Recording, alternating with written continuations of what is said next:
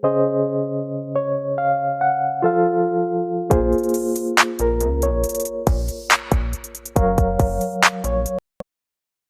1. You will hear a woman phoning the local council about an abandoned vehicle. First, you have some time to look at questions 1 to 6.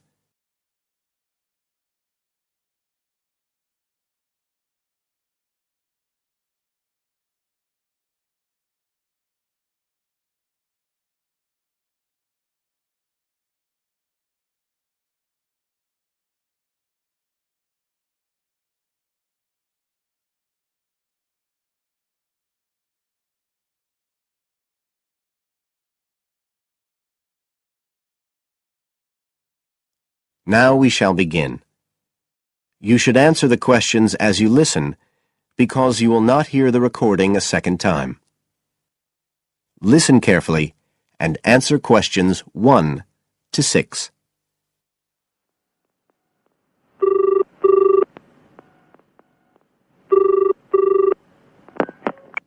Environmental Health Department, Paul speaking. Oh, hello. I wanted to report a vehicle that's been left parked near where I live. I think it's been abandoned. I wondered if the council could arrange to get it towed away. Have I got through to the right department? Yes, you have. If I could just take a few details. Your name, please? Mrs. Shepherd. Thank you. It's not my vehicle, though. I just thought someone ought to report it. No, that's fine. What I need to do is take some details first, then we can decide what to do about the problem.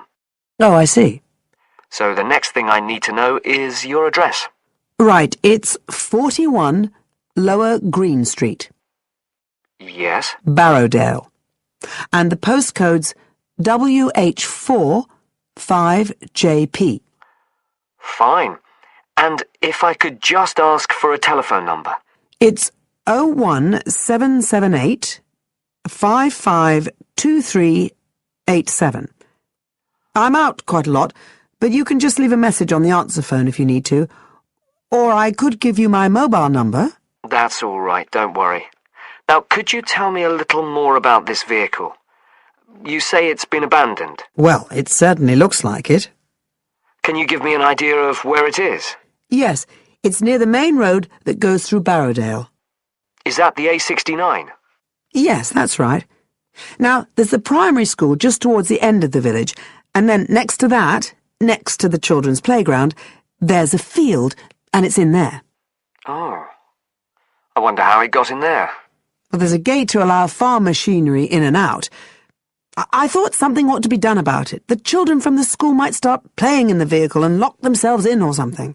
Yes, you were quite right to report it. And what type of vehicle are we talking about here? It's a van, actually. You know, the sort with just a couple of little windows at the back. Right. You don't happen to know the make and model, do you? Oh, yes. I went and had a look and got all the details. I thought you might need them. I'm surprised the school hasn't contacted you about it. Anyway, I wrote the details down. Right. It's a Catala, and the model's a Flyer 2000. Is that Flyer? That's right. Very good. And the colour? Well, it's not all that easy to see because it's absolutely filthy. And actually, it looks as if it's had a paint job at some stage. It's blue, but you can just see white underneath where it's been scratched. Right. Well, I'll just make a note of the present colour, and if you could just tell me the vehicle number. Did you make a note of that? Oh, yes. It's S322GEC. Okay. Before you hear the rest of the conversation, you have some time to look at questions 7 to 10.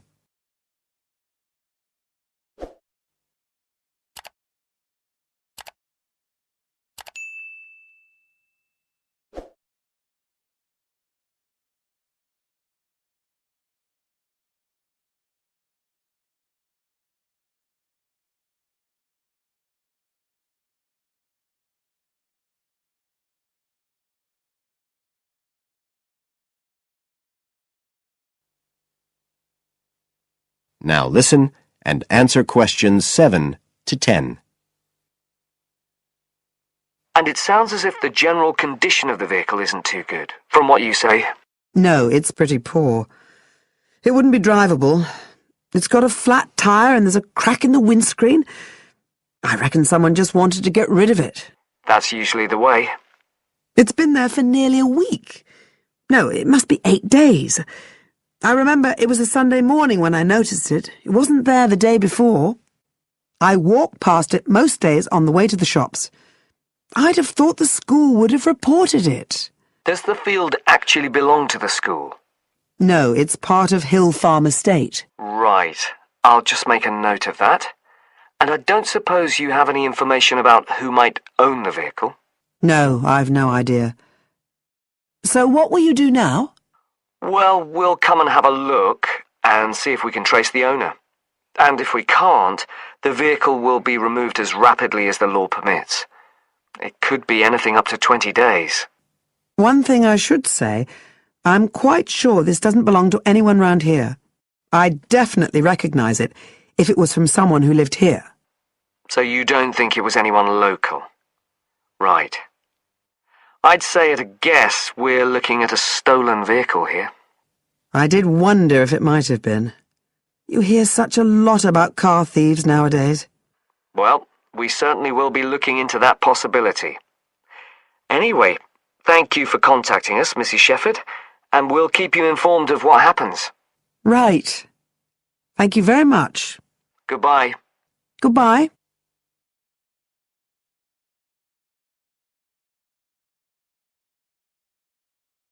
That is the end of part 1. You now have half a minute to check your answers.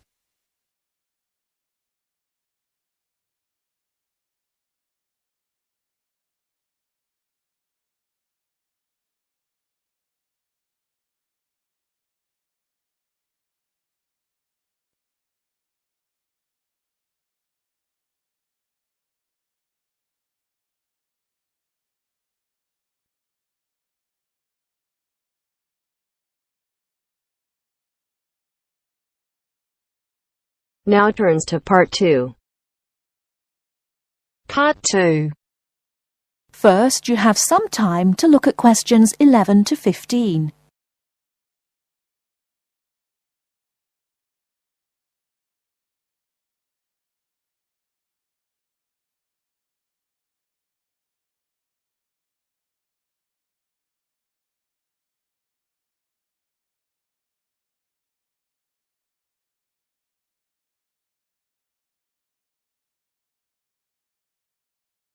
Now, listen carefully and answer questions 11 to 15. Starting at the beginning, you can see the on-off switch just beneath the two lights. Having turned the machine on, these lights now become very important. When the light on the left has gone out, you can begin making coffee, as it means the water is now hot enough. Next to that is the water level light. If this is illuminated, it means the machine does not have enough water. It is essential that you turn the machine off and add more water the moment this light comes on. Otherwise, you could damage the heating element. Once you have checked that both the heater light and the water level light are off, make sure the filter holder, that's the part with the handle just under the control panel, is in place. Once you have your cups ready, it is time to press the coffee delivery switch. That's the button just above the filter holder beside the boiler meter. Remember to take a quick look at the meter as it tells you the exact temperature of the water. On both the left and right hand side of the machine, on the same level as the filter holder, you can see the steam pipes used for heating milk. These steam taps need to be cleaned regularly to avoid blocking. And finally, if you do spill any coffee, don't worry. Just make sure that the drainage pipe at the bottom of the machine is leading into a sink or a suitable waste container. As with the steam taps, the drainage pipe needs regular cleaning.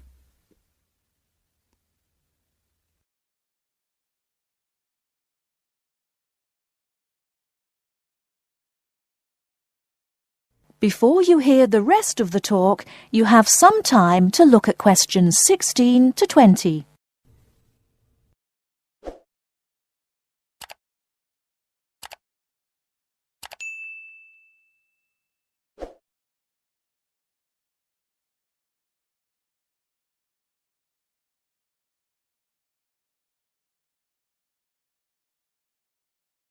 Now listen and answer questions 16 to 20. First and most importantly, I'll tell you where you should go from tomorrow for your lectures and classes. The Health Sciences building is on the west side of the campus, opposite the library, beside the History department. As you are probably aware, there are 6 modules to the course, which will take a year to complete. That's 2 modules each term. In the first module of this term, you will be looking at current laws with regard to health and safety in the workplace. Don't forget that as you progress through the course, you should be building your thesis. This will need to be completed by the end of the year. Coursework will also be credited to your final grade, but the most important part of the course is the thesis.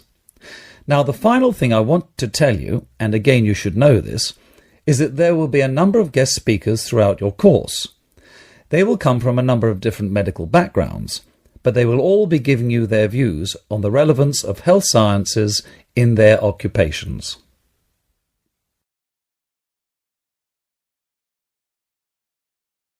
That is the end of part 2.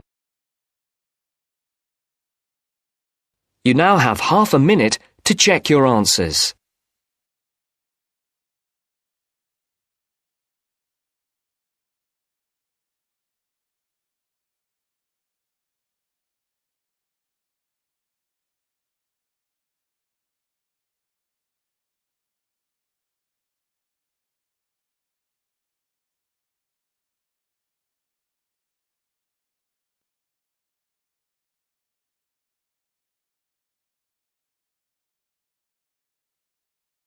Now turns to part 3.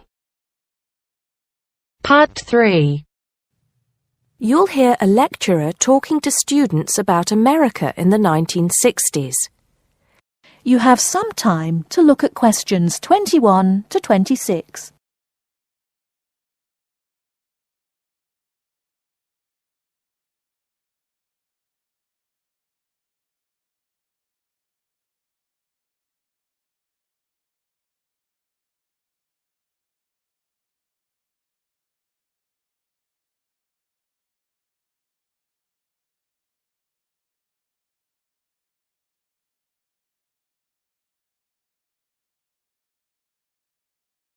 Now listen carefully and answer questions 21 to 26. We begin our examination of America in the 1960s with the usual caution. There is no sense in trying to understand any decade without looking at what came before. Those of you who still have outstanding coursework on the 1950s would do well to complete it now, if for no other reason than it will help make sense of the next series of lectures. But we must press on, and I'd like to begin my talk about the 60s with a reference to one of those things that came before, the post-war baby boom. With the end of the Second World War in 1945, there began in the USA an era of perceived prosperity and security. In short, people started to feel that the world was a much better and safer place to bring up children. So, at the start of the 60s, all those children born in the baby boom, 70 million in the U.S. alone, were teenagers. As the 60s progressed, and as this large number of people approached adulthood, there was a noticeable shift in the balance of power, and young people began to have a voice in ways that were not considered possible in the more conservative atmosphere of the preceding decade. Things were moving forward at a rapid pace. The literature of the time brought out all the taboos. Everything was covered, such as race in, for example, the book To Kill a Mockingbird. The role of women changed, and equality for women, well, let's just say that once certain books were published, women were no longer going to be satisfied with their roles as devoted wives and mothers. Through literature alone, the whole fabric of society was challenged, and by the end of the 60s, things would never again be as they had pretty much been for the preceding 40 years. It was a decade of protest, civil rights protests, feminism, the rights of minorities, the Vietnam War. All these causes led to peaceful and not-so-peaceful protests on college campuses and elsewhere. People had been given freedom of speech and they were going to use it. The crime rate rose to 9 times what it was in the 50s, as respect for the old order faded away. But it was also a time of great development. In medicine, the 60s saw the first heart transplant. In technology and the space race, where we saw the first American in orbit and lasers being invented at the start of the decade, and the first man on the moon, and the first primitive internet at the end. Before you hear the rest of the talk, you have some time to look at questions 27 to 30.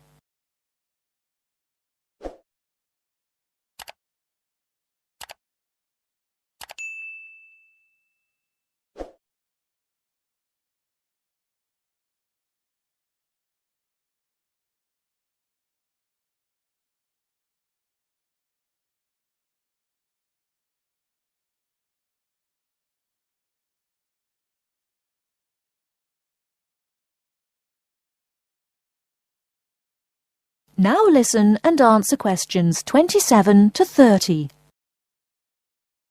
None of this, good or bad, might have happened if things in 1962 had gone slightly differently. On October 16th, President John F. Kennedy met with his closest advisors at the White House. They had obtained photographic evidence showing that Cuba was building or installing nuclear weapons. It was widely believed that Cuba was preparing to fire these weapons at cities in the USA. Kennedy was faced with 3 choices: to try to resolve the crisis diplomatically by negotiating with Cuba and the Soviet Union, to take action to block the delivery of more weapons into Cuba, or to attack Cuba, destroying their weapons. Believing that the first option would end in failure and that the third option would lead to war, it was the second option that Kennedy chose. In doing so, he succeeded in preventing the buildup of more missiles. The Soviet Union then withdrew the weapons from Cuba. Most historians agree that if Kennedy had acted differently, the episode would have led to a full-scale nuclear war between the United States and the Soviet Union. Millions would have died, and the world would have been changed beyond recognition.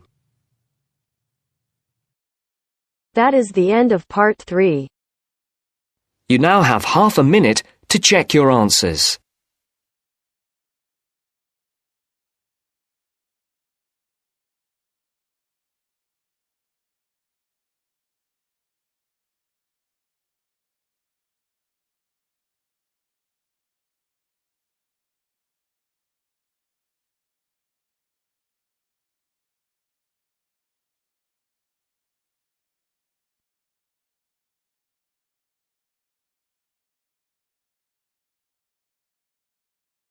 Now turns to part 4.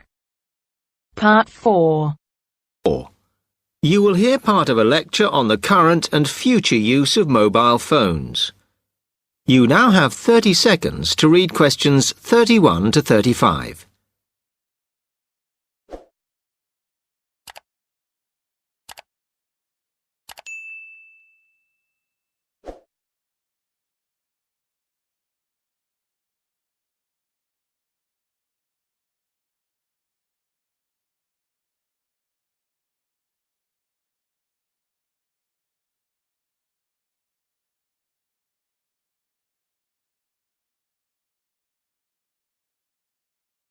Okay, now today we're looking at changes in communication, and specifically changes that have just happened or are likely to happen in the next few years.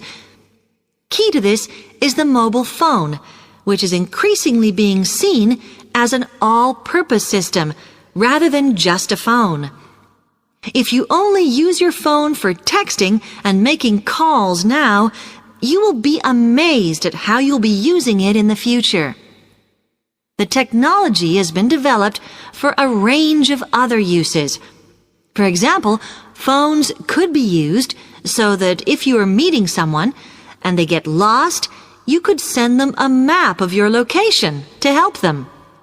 This will save all those complicated explanations over the phone and our poor friends or colleagues trying to drive and find out where they are at the same time. And if you get bored waiting, or if you're traveling, for example, you will soon be able to see TV news on your phone as it is actually being broadcast. This means that you won't have to miss any of your favorites if you were away for a few days. Most people have got used to texting now, and young people send pictures to each other.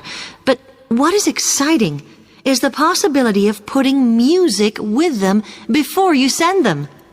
And it's not all frivolous. Phones are going to become even more critical in business and education. Some recent developments have a highly practical usage. So, for example, as lecturers, we will be able to send everybody a text to let them know if lectures have been cancelled. And the new phones could have a further use in education, as well as business, as they will enable us to go to any destination, such as when we are doing a field trip, for instance, and from there to send data directly to a computer so that we can access it when we get home. This means we will no longer be limited by what the phone can store. You now have 30 seconds to read questions 36 to 40.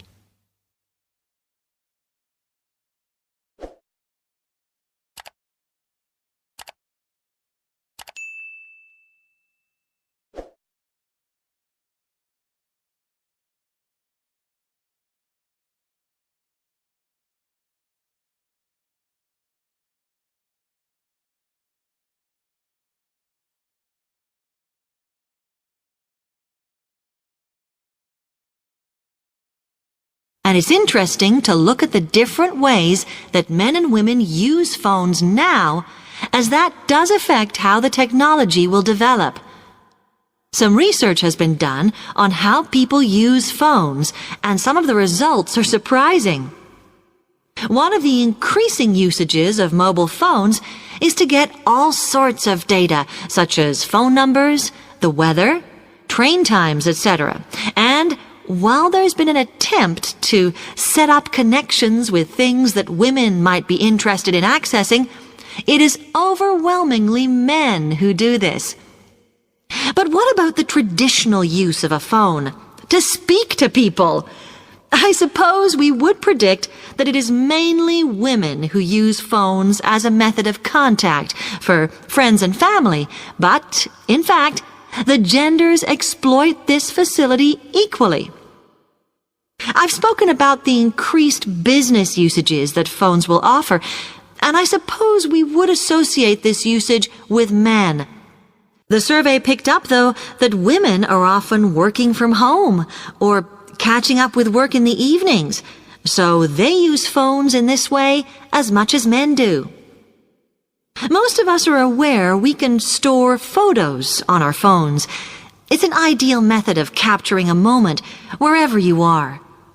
Women tend to be the group that keep photos on their phones, but it seems that men use their phones to actually take pictures much more than women do.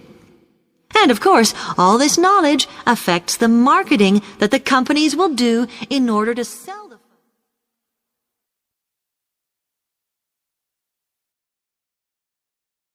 That is the end of part 4. You now have half a minute to check your answers.